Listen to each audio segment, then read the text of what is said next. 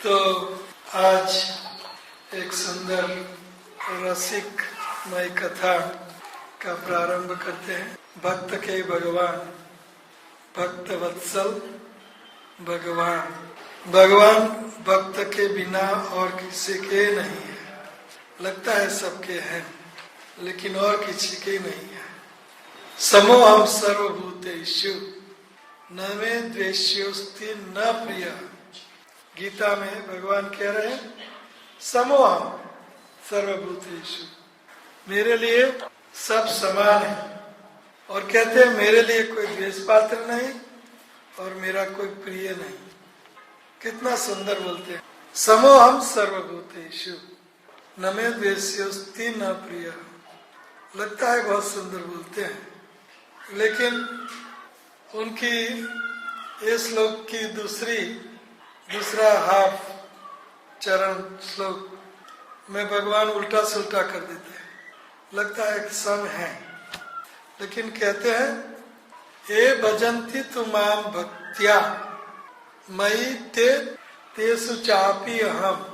मैं सम हूँ, मेरे लिए कोई द्वेष पात्र नहीं, कोई प्रिय नहीं, लेकिन लगाया भगवान ने, लेकिन लगाया, रहा नहीं गया और भगवान से रहा नहीं जाता। ये भजन्ति, जो मेरा भजन करता है, जो मेरा भक्त है, जो भजन करता है वो भक्त है। ये भजन्ति तू भक्त, परंतु तू ये भजन्ति तुमाम भक्त्या, जो मुझे प्रेम से बसते हैं, जो मेरे भक्त हैं, उनके लिए मेरे हृदय में स्पेशल जगह होती है। ये भजन्ति तुमाम भक्त्या तेषु चाहम मयि ते, वो मेरे हृदय में उनके लिए स्पेशल जगह है। ये भक्तों के लिए ये शब्द का प्रयोग करते हैं। भक्तों के बिना सब उनको समान है, लेकिन भक्त समान से ऊपर है। कुंती महारानी कहती हैं, हम आगे देखेंगे, कुंती महारानी कहती समम चरंती सर्वत्र। लगता है समम चरंती, आपके लिए सब समान है। मयि तेषु चापि अहम्, मैं उनमें रहता हूँ, उन भक्तों में रहता हूँ और वो भक्त मेरे में रहते हैं।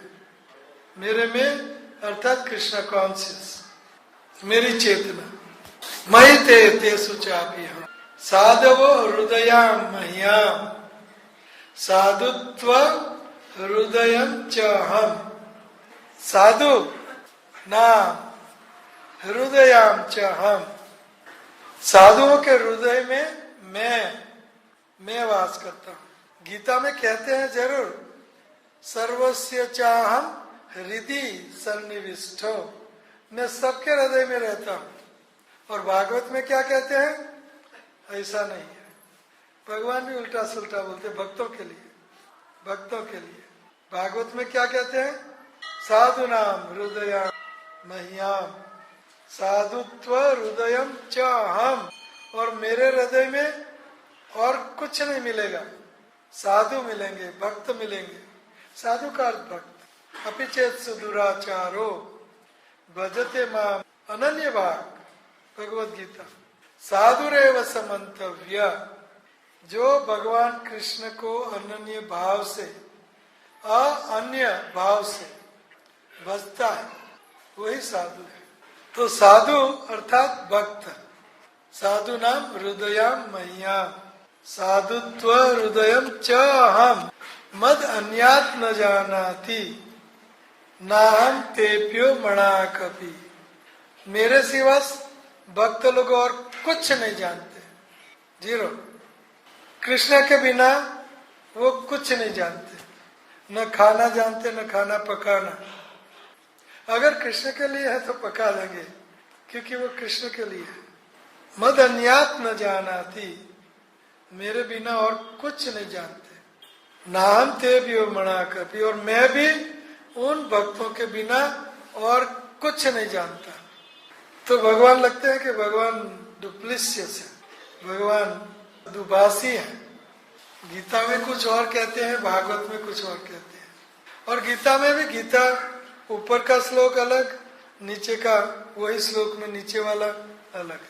समोहम सर्वभूतेषु न मे द्वेष्योस्ति न प्रियः ये भजन्ति तु माम भक्त्या मयि ते तेषु चापि अहम्। वो मेरे में है, मैं उनमें हूँ। तो भगवान डुप्लीशियस, भगवान असम नहीं है, सम है। भगवान सम है, समम चरन्ति सर्वत्र। भगवान की कृपा दृष्टि, भगवान की कृपा की वर्षा, अमित दृष्टि की वर्षा सब जगह गिरती है, सब जगह। जैसे बारिश सब जगह गिरती है, लेकिन पत्थर है बह जाएगी।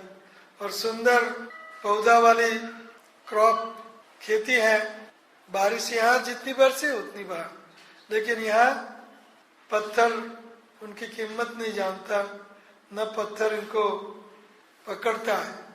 और फलद्रुप जमीन जहाँ सुंदर फसल होती है, सारा कृपा बारिश का पानी अपने आप में समा लेती जमीन, तो सुंदर हरी भरी हो जाती है। समम चरंती सर्वत्र। और भगवान कहते समोहम सर्वभूतेषु, मैं सम हूँ लेकिन कोई पत्थर है, कोई फलद्रुप जमीन है। तो भगवान पार्शियलिटी नहीं करते, हमें उनकी कृपा लेनी है। जितनी ज्यादा लेंगे उतनी ज्यादा भगवान देंगे। जैसे माँ है, माँ के 12 बेटे हैं, 30 साल का, कोई 24 साल का, कोई 18, कोई 12, कोई 6, कोई 2, कोई 1। तो जो 1 साल का 2 साल का बच्चा है, माता का प्रेम उनकी ओर ज्यादा होगा। और 30 साल का जो अलग अपार्टमेंट लेकर रह रहा है, आजकल ऐसा ही होता है। तो माँ सम है, लेकिन छोटा बच्चा आश्रित है, शरणागत है, आश्रय लेता है, निर्भरित है, माता पर वो आश्रित है। इसलिए माता उनको ज्यादा प्रेम देती है, ज्यादा सब कुछ। तो ऐसा ही भगवान के साथ है। भक्त भगवान में से, भगवान का जो प्रेम भगवान के हृदय में है, वो हृदय में से हर बूंद खींच के निकाल लेता है। भगवान के हृदय में से सारा वात्सल्य भक्त भगवान के हृदय में से सारा निकाल देता है, सारा। एक ड्रॉप वहाँ, एक बूंद भी वहाँ नहीं छोड़ता। और दूसरे ज्ञानी, कर्मी, ध्यानी, याग, यजन, त्यागी, सब क्या कहें, खोजते हैं भगवान को, इधर उधर खोजते रहते हैं। तो भगवान छुपे रहते हैं। भक्त भगवान को इतना प्यार देता है, इतना प्यार देता है। भक्त, भक्ति मीन्स प्रेम, भक्ति का अर्थ है प्रेम। यथा तो भक्तिम व्याख्यास्यामि, पहला सूत्र नारद पंचरात्र, नारद भक्ति सूत्र के पहला सूत्र था। तो नाव अभी भक्ति की परिभाषा। तो भक्त की परिभाषा वो है कि जो भक्ति करे, और भक्ति की परिभाषा है प्रेम रूपा च, प्रेम रूपा। भक्ति प्रेम है, प्रेम रूपा है। और भक्त भगवान के हृदय में जितना भी प्रेम है, ये सारा प्रेम आखिरी बूंद तक निकाल लेता है। कैसे? सेवा से। नित्य सेवा नित कीर्तन चव निरखवानंद कुमार रे जी भूतल भक्ति पदारथ मोटू ब्रह्मलोकमा नाहि रे। तो ये प्रेम भक्त इतना प्रेम दिखाते, इतना प्रेम। अभी मैं गाड़ी में आ रहा था, एक सिख भाई थे, जवान सिख, तो वो कुत्ते के साथ क्या कहे, वो मस्ती कर रहे थे, खेल रहे थे, कूद रहे थे, तो उनने कुत्ते को इतना प्यार किया है, इतना प्यार किया है कि कुत्ता अपने आप में बस में नहीं रहा। इतना कुत्ता पागल हो गया, पागल हो गया। और मैं जाता भाग जाता, क्योंकि मुझे उनसे प्यार नहीं, न मैं उनमें से प्यार निकालना चाहता हूँ। मुझे उनसे कुछ सरोकार नहीं, कोई लगन नहीं, कोई सामान्य चीज नहीं, उनकी सेवा नहीं। तो कुत्ते को हर रोज खिलाता होगा, हालांकि वो पालतू कुत्ता नहीं था, गलियों का कुत्ता था, तो खिलाता होगा। तो कुत्ते के हृदय में से उनने सारा प्रेम निकाल लिया। कैसे? सेवा, भक्ति, प्रेम से। तो कुत्ता बेहोश हो गया, बेहोश हो गया। तो उसी तरह भक्त भगवान के हृदय में से आखिरी प्रेम की बूंद निकाल देता है। कैसे? सेवा से, प्रेम से, प्रार्थना से, आजीजी नहीं से, आजीजी ये गुजराती शब्द होगा शायद। आजीजी करना मतलब भीख मांगना, मुझे उनको मनाना, उनको कैसे भी मनाना, मान जाओ। कांजी तारी माँ कैसे ने हमें कानुड़ो कैसु, इतलू कहता नहीं मानो तो गोकुल मेली देसु।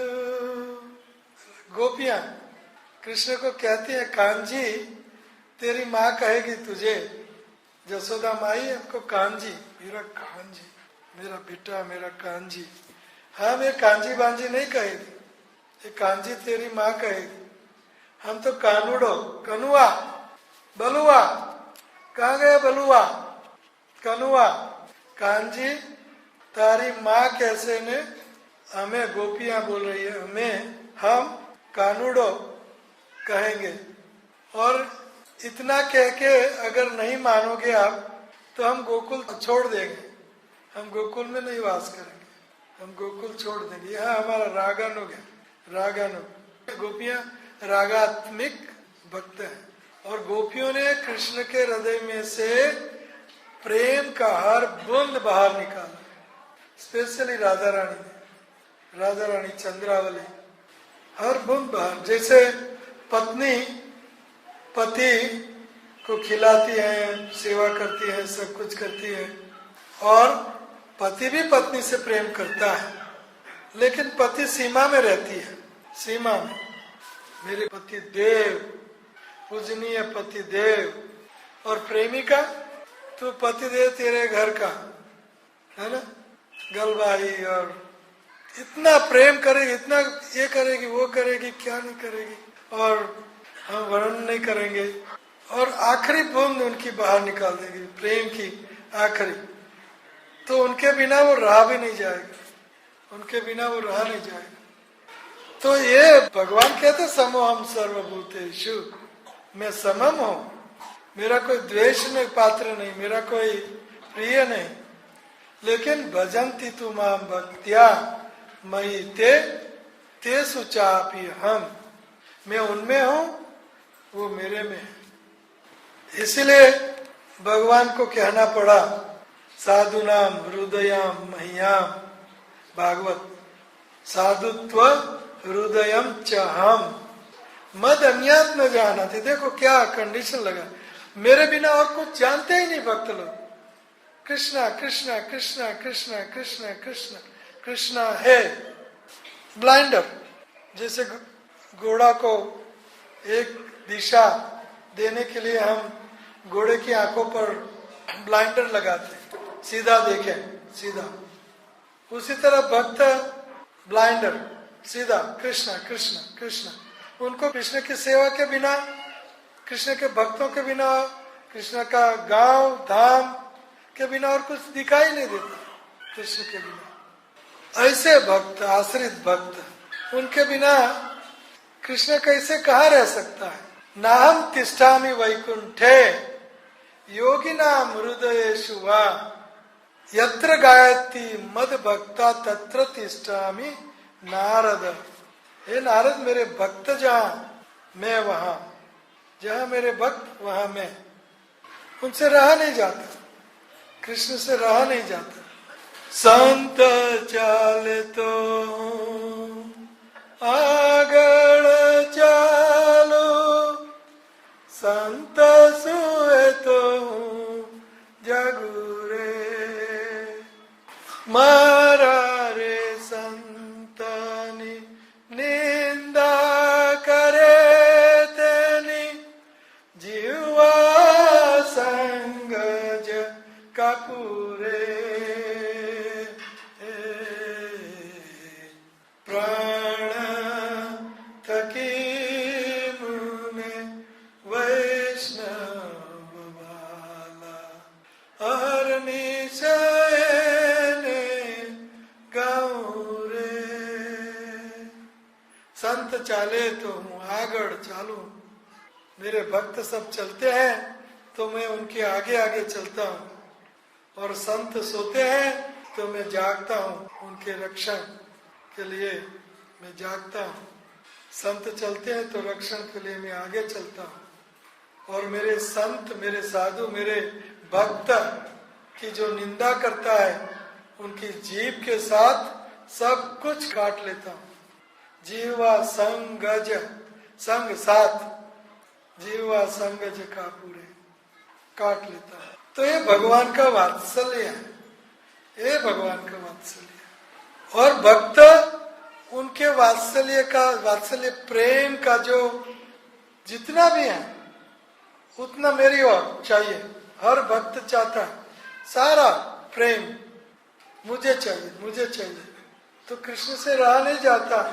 16,108 बनते हैं, 3 करोड़ गोपियों के साथ 3 करोड़ बनते हैं और रास रचाते हैं, क्योंकि हर भक्त को वो खुद 1-to-1 बेसिस पर चाहिए। मेरे बिना और कोई नहीं, मेरे साथ, मेरे पास। तो भगवान अनेक रूप धारण करते हैं। विलास उनको बोलते हैं, विलास। एक ही भगवान अनेक, उनका अनेक बनना और योगियों का अनेक बनना अलग है। जब भगवान अनेक बनते हैं तो अलग अलग हाव भाव, अलग अलग चेष्टा, अलग अलग प्रेम की पराकाष्ठा, सब कुछ व्यक्तिगत, पर्सनलाइज भगवान। मेरे लिए मेरे भगवान, पर्सनलाइज। एवरीबॉडी हैव पर्सनलाइज भगवान। तो ये वात्सल्य, भगवान का वात्सल्य। भगवान राक्षस को भी प्रेम करते हैं, उनको भी सायुज्य मुक्ति देते हैं भगवान। मार के भी भगवान मुक्ति देते हैं। पुतना को अहो बकिया स्तन कालकूटम जिंगासयाप्ययत् असाध्वी लेबे गतिम धात्री, धात्री की गति, लेबे गतिम धात्री। पुतना हलाल विष जहर अपने स्तन पर लगा कर आई भगवान को मारने, लेकिन धात्री बन के आई। धात्री चाहे हलाल जहर लगा के आई हो, लेकिन धात्री बन के, माँ बन के आई। तो हो बकीयम स्तन कालकूटम, कालकूट जहर स्तन पर लगा के आई। अहो बकीयम, बकी बकासुर की बहन बकी। अहो बकीयम पुतना, अहो बकीयम स्तन कालकूटम, स्तन पर कालकूट नामक जहर लगा के आई। अहो बकीयम स्तन कालकूटम जिंगासया आप्ययत् असाध्वी, और असाध्वी राक्षसी। लेबे गति, और उनको गति कौन सी गति दी? धात्री, अपनी माँ की गति दी। किम वह शरणम व्रजेमा, ऐसे दयालु भगवान जिन्होंने पुतना जो हलाहल कालकूट जहर लगा के आई मारने के लिए, उनको भी धात्री की गति उनने दी। उनसे बड़ा कृपालु और कौन हो सकता है? तो उन कृष्ण के शरण में मैं जाता हूँ, उन कृष्ण के शरण में। तो ये कृष्ण का स्वभाव, कृष्ण का स्वभाव समोहम सर्वभूतेषु, राक्षसों को भी उत्तम गति दी। ये श्लोक से सुखदेव गोस्वामी मान गए। इतना दयालु भगवान का स्वभाव जान के, इतने वत्सल भक्त वत्सल भगवान सुन के सुखदेव गोस्वामी अपनी समाधि छोड़ के पिता के पास वापस चले आए। ले बे गतिन धात्री, ते भगवान का वात्सल्य, भगवान का वात्सल्य से भरा पड़ा शास्त्र है, स्पेशली भागवतम। और भागवत की शुरुआत वात्सल्य से ही होती है, वो भागवत है। तो भगवान अपने भक्तों का बड़प्पन बहुत करते हैं, बड़प्पन, गुणगान गाते हैं। अपि चेत सुदुराचारो भजते माम अनन्य भाग, साधुरेव समन्तव्य सम्यक व्यवसितो हि सः, क्षिप्रम भवति धर्मात्मा सस्वत शांतिम निगच्छति, कौन्तेय प्रतिजानीहि न मे भक्त प्रणश्यति। हे कौन्तेय अर्जुन, आप जोरों से घोषणा करो, ये दोनों सैन्य के बीच में घोषणा करो कि मेरा भक्त कभी नाश नहीं पाता। ये सैन्य को, स्पेशली कौरवों को बता दो कि मेरा भक्त का नाश कभी नहीं होता। युद्ध से पहले बता दो, ऐसा नहीं कि बीच में बाद में, पहले बता दो घोषणा करके, मेरा भक्त कभी नहीं नष्ट होता। और मेरा भक्त ही साधु है, संत है, महात्मा है, महंत है, संत है, मेरा भक्त ही साधु है। और जघन्य से जघन्य कुछ काम भी क्यों नहीं कर लिया उन्होंने, कुछ भूले उनकी, कुछ फॉल डाउन, कुछ पतन भी क्यों न हुआ, लेकिन क्षिप्रम भवति धर्मात्मा, वो तुरंत संभालेगा, तुरंत भक्ति के स्तर पर स्थित हो जाएगा, स्थित हो जाएगा। इसलिए जो मेरा अनन्य भक्त है वही साधु है। ये साधु की परिभाषा है। साधु का अर्थ नहीं मैटेड हेयर हो, बाल की जटा लंबी सी, बहुत लंबी जटा हो। साधु का अर्थ नहीं 3000 साल तक, 300 साल तक कोई जी रहा हो। साधु का मतलब ये नहीं लंबी दाढ़ी हो, लंगूटी, कल्पिन पहना हो। साधु की परिभाषा भगवान यहाँ देते हैं 9वां अध्याय भगवद गीता में। अपि चेत सुदुराचारो भजते माम अनन्य भाग, साधुरेव स मंतव्य, मेरा मंतव्य है। श्री कृष्ण कह रहे हैं मेरा ये मंतव्य है। क्या मंतव्य है? साधु कौन है? जो मेरा अनन्य भक्त है, अन्य, कृष्ण के बिना और किसी का भक्त नहीं, उनको बोलते हैं अन्य भक्त। अन्य आश्रय त्यागो स अनन्यता, नारद पंचरात्र। अन्य का आश्रय का परित्याग, ओनली कृष्ण का, फक्त कृष्ण का आश्रय, और किसी का आश्रय नहीं, उनको बोलते हैं अनन्य भक्त। अन्य आश्रय त्यागो अनन्यता। तो मेरा जो अनन्य भक्त है वही साधु है। चाहे जगन से जगन कुछ उनका फॉल डाउन भी क्यों न हो, थोड़ा सा दुराचार हो भी गया हो, फिर भी अगर वो मेरा अनन्य भक्त है तो वो साधु ही है। क्यों? क्षिप्रम भवति धर्मात्मा, ये तुरंत संभाल लेगा अपने आप को। ओ मेरा पतन होता जा रहा, ये छोड़ो, तुरंत संभाल लेगा। लेकिन अभक्त कुतो महत गुना, कितने भी गुण क्यों न हो, स्वरूपेण दावतो वही, यस्यास्ति भक्ति भगवती अकिंचना, सर्वै गुणैः समासते सुरा, हराव भक्तस्य कुतो महत गुना, स्वरूपेण दावतो वही। जो अकिंचन भगवान का किंचन भक्त है, तो उनमें देवी देवताओं, 33 करोड़ देवताओं का सारे गुण उनमें मौजूद होते हैं, भक्त में। यस्यास्ति भक्ति भगवती अकिंचन, अकिंचन भगवान की जो भक्ति करता है उनमें सब देवी देवताओं के सब गुण होते हैं। लेकिन हराओ भक्त से कुतो महत्गुना, और वो अभक्त है, चाहे उनमें कितनी भी सुंदर क्वालिटीज, कितने भी सुंदर गुण हो, लेकिन अंत में वो शून्य है। हराओ भक्त से कुतो महत्गुना स्वरूपे न धावतो वही, वो बाहर की सपाटी पे ओवरिंग अराउंड, उनके गुण नहीं है।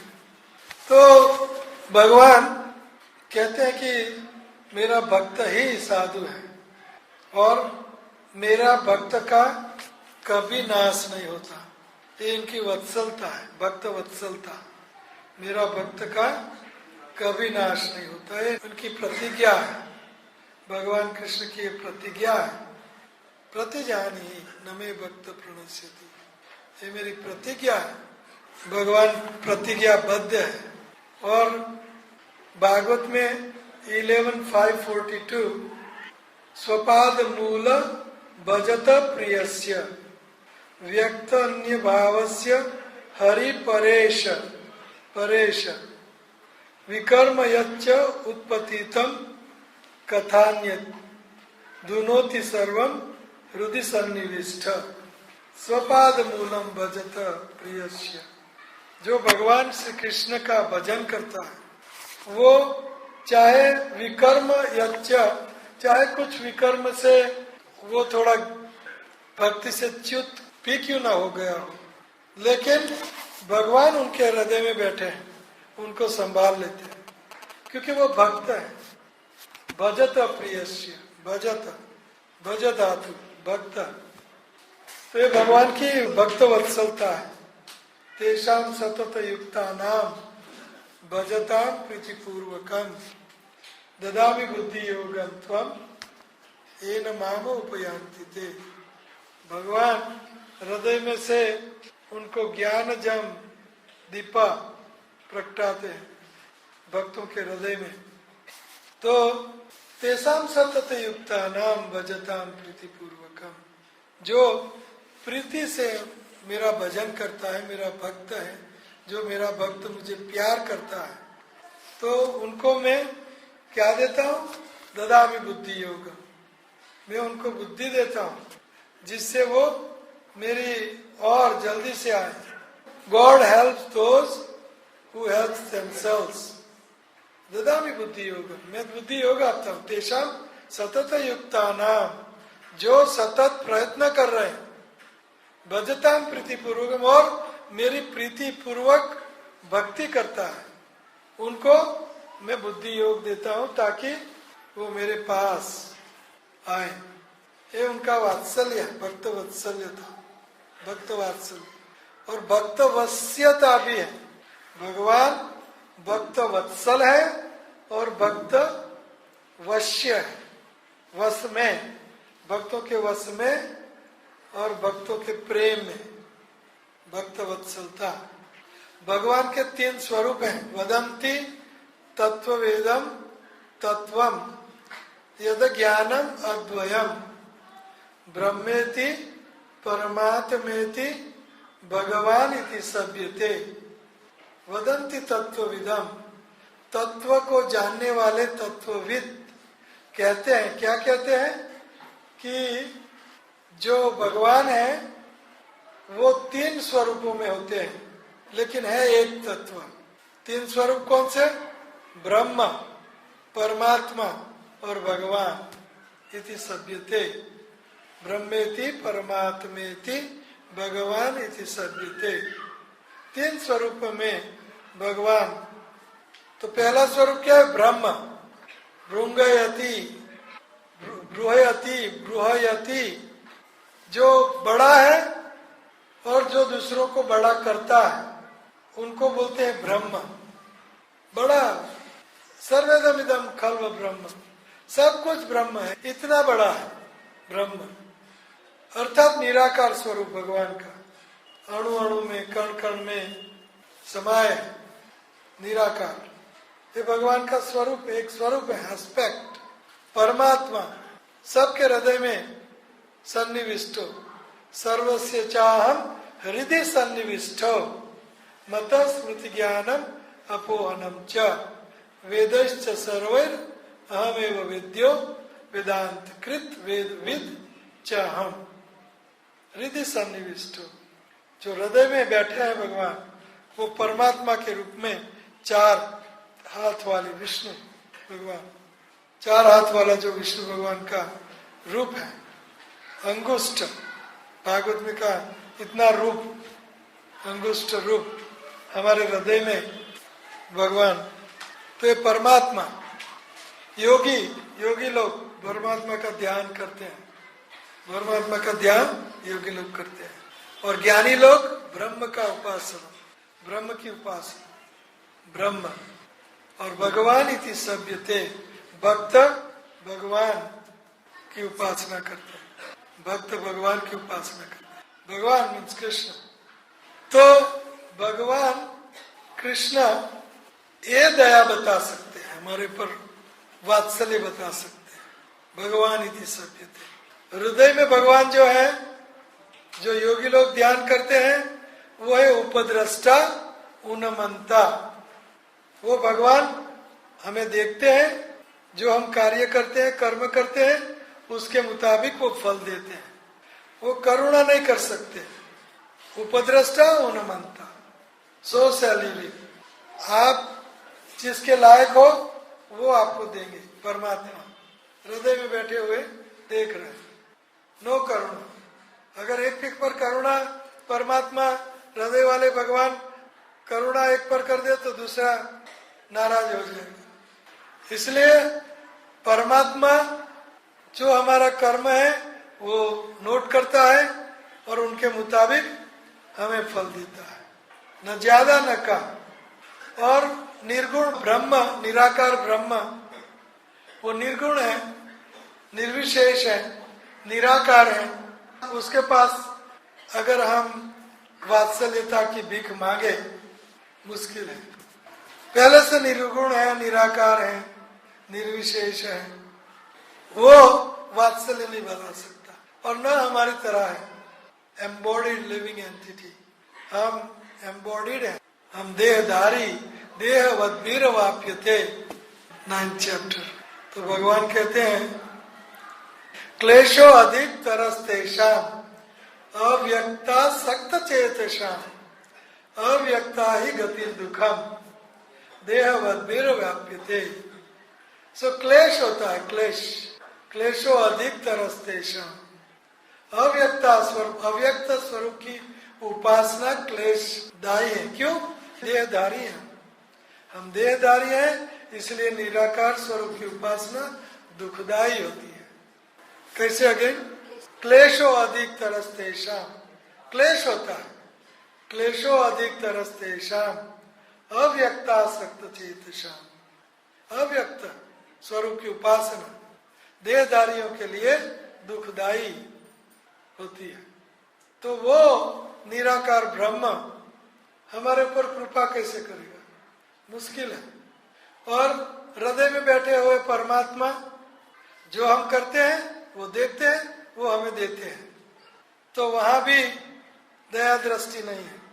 आप जो करोगे, खराब करोगे खराब, अच्छा करोगे अच्छा, वहां कोई दया दृष्टि नहीं। जैसा करो वैसा लो, जैसी करनी वैसी भरनी, सो सैल्यूरी। ये कर्म का सिद्धांत यहाँ से बनता है, हृदय से, परमात्मा से, उपद्रष्टा उन्मंता।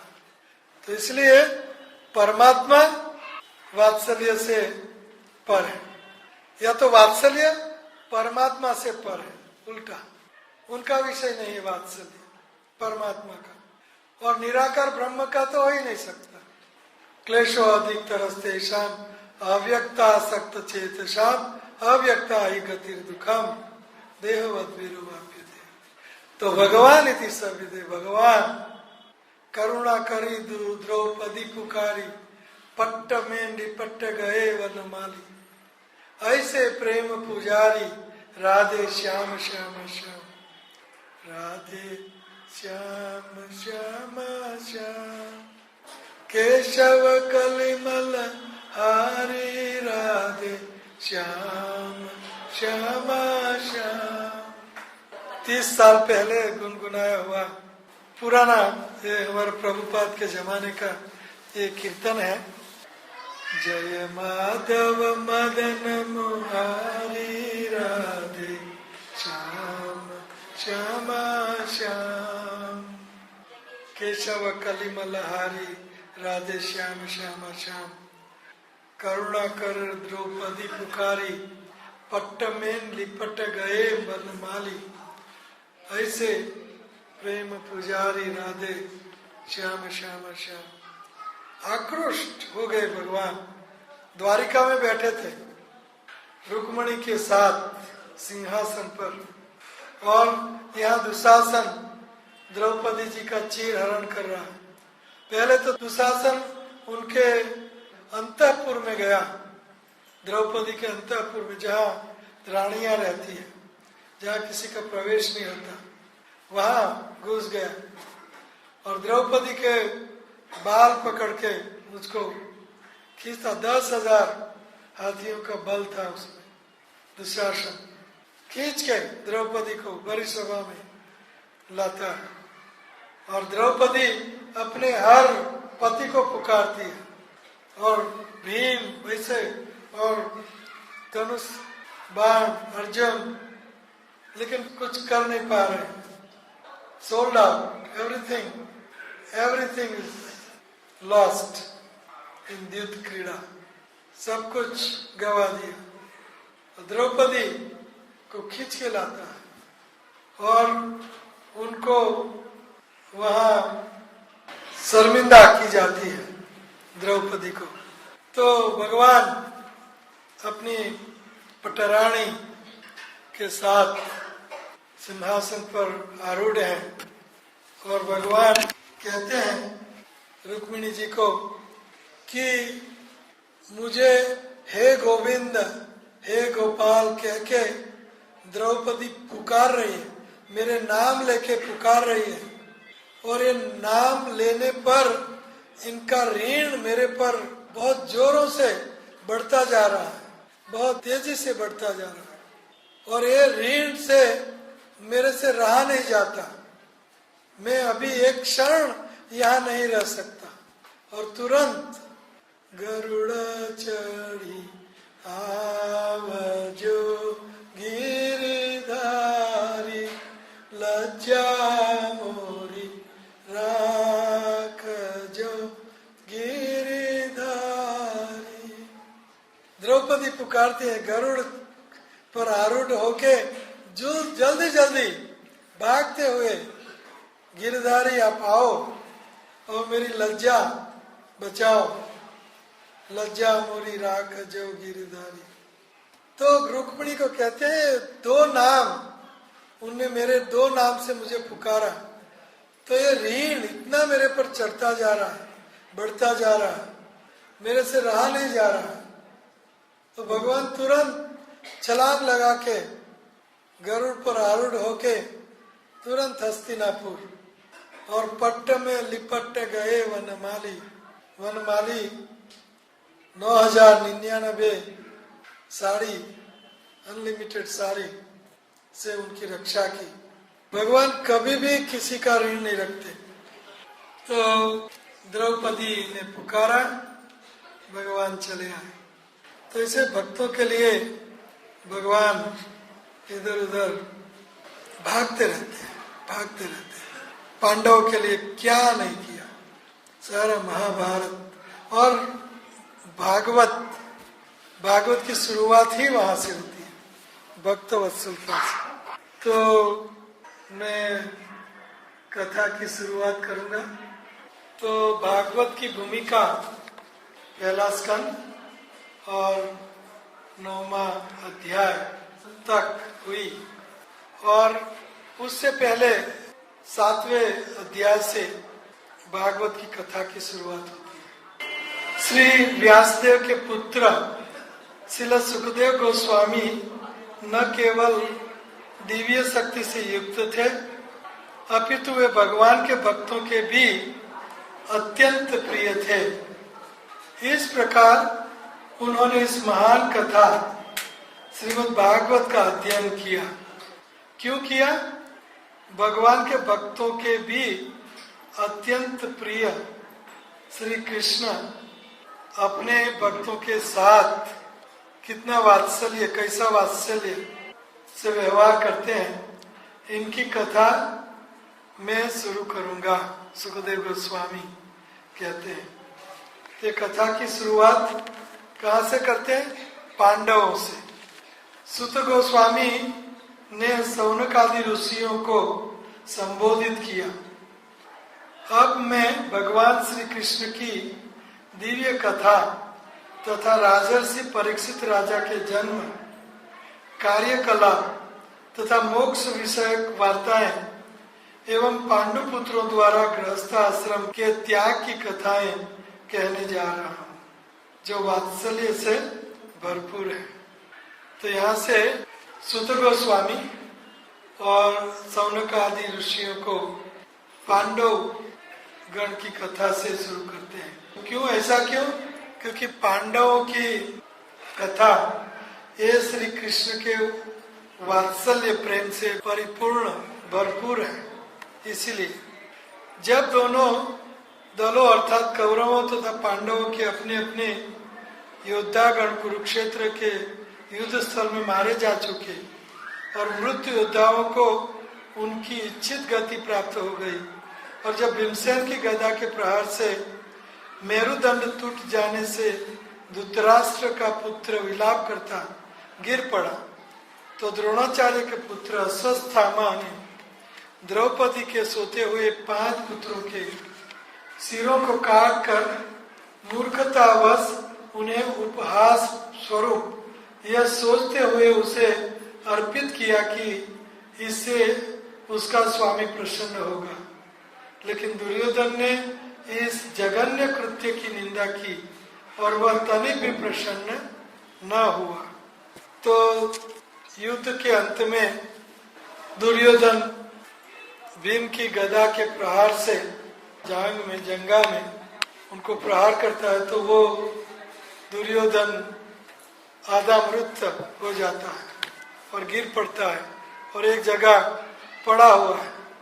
और दूसरी जगह पांडवों के कैंप में टेंट्स लगे हुए थे, तो एक छावनी में द्रौपदी के 5 पुत्र सो रहे थे। तो अश्वत्थामा ये दुर्योधन का मित्र था, और अभी 2 ही बचे हैं, अश्वत्थामा और दुर्योधन, और युद्ध जारी है। युद्ध जारी था, इसलिए भीमसेन की गदा के प्रहार से दुर्योधन गिर पड़ा। तब ये जघन्य कृत्य अश्वत्थामा जो दुर्योधन का मित्र था वो करता है कि रात में पांडवों की हत्या करने के लिए ये द्रोणपुत्र अश्वत्थामा जाते हैं रात को, और अंधियारा में दिखाई न देने पर वो 5 पुत्रों को पांडव समझ के उनकी हत्या करता है, और 5 का सर पकड़ के अंधियारे में दुर्योधन के पास लाता है। भोर हुआ है और देखा तो 5 पांडव नहीं होते हुए पांडवों के पुत्र जो आखिरी वंशज थे उनका भी संहार कर दिया। तो दुर्योधन इससे खुश नहीं हुआ, उल्टा क्या हुआ, जघन्य कृत्य की निंदा की और वह तनिक भी प्रसन्न नहीं हुआ।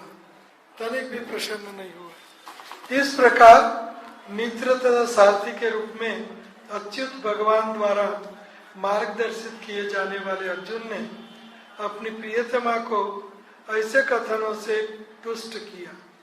तब उसने अपना कवच धारण किया और भयानक अस्त्र शस्त्रों से लैस होकर वह अपने रथ पर चढ़कर अपने गुरुपुत्र अश्वत्थामा का पीछा करने के लिए निकल पड़ा। अश्वत्थामा के पीछे अर्जुन अपना रथ, कृष्ण सारथी, और अर्जुन रथी है और दोनों अश्वत्थामा के पीछे भाग रहे हैं।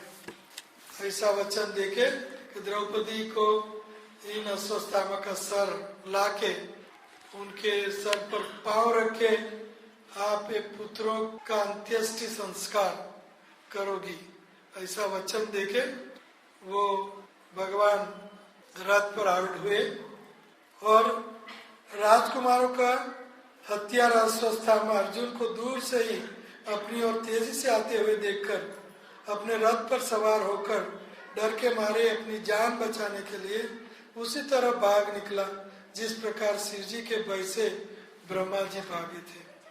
तो यहाँ अश्वत्थामा भाग रहा अर्जुन के डर से और डर के मारे अश्वत्थामा ने अपना ब्रह्मास्त्र अर्जुन के ऊपर छोड़ा। तो अर्जुन पर बहुत तेजी से ब्रह्मास्त्र आया और सारा लोग पीड़ित हो गया, ताप से तपित हो गया। ब्रह्मास्त्र ये विष्णु कृष्ण या विष्णु का अस्त्र है। ब्रह्मास्त्र ब्रह्मास्त्र ब्रह्म कृष्ण का एक एस्पेक्ट है ब्रह्मास्त्र। तो जब ऐसा अस्त्र आते हुए देखा अश्वत्थामा ने जो फेंका था तो अर्जुन परप्लेक्स हो गया। अर्जुन को समझ में नहीं आया कि क्या हो रहा है, जैसे त्रिलोकी का नाश होने वाला हो और बड़ी आग, तो उनको समझ में नहीं आया। तो भगवान ने कहा ये ब्रह्मास्त्र है और अश्वत्थामा ये ब्रह्मास्त्र को रिट्रैक्ट करना नहीं जानता, तो आप उनको ब्रह्मास्त्र से प्रतिकार करो। दोनों अस्त्र आमने सामने आए, शांत हो गए और बाद में अर्जुन अश्वत्थामा को बंदी बना लेता है और बंदी बना के द्रौपदी के पास लाते हैं। तो भगवान कहते हैं कि ये आत्ता ही है, उनको मारना चाहिए। अर्थात ये कथा हम क्यों कर रहे हैं? वात्सल्य, भगवान कितना वात्सल्य बता रहे हैं अपने भक्तों को, पांडवों का वंश बचाने के लिए। तो वहां से ये वात्सल्य की कथा शुरू होती है, भागवत की कथा शुरू होती है।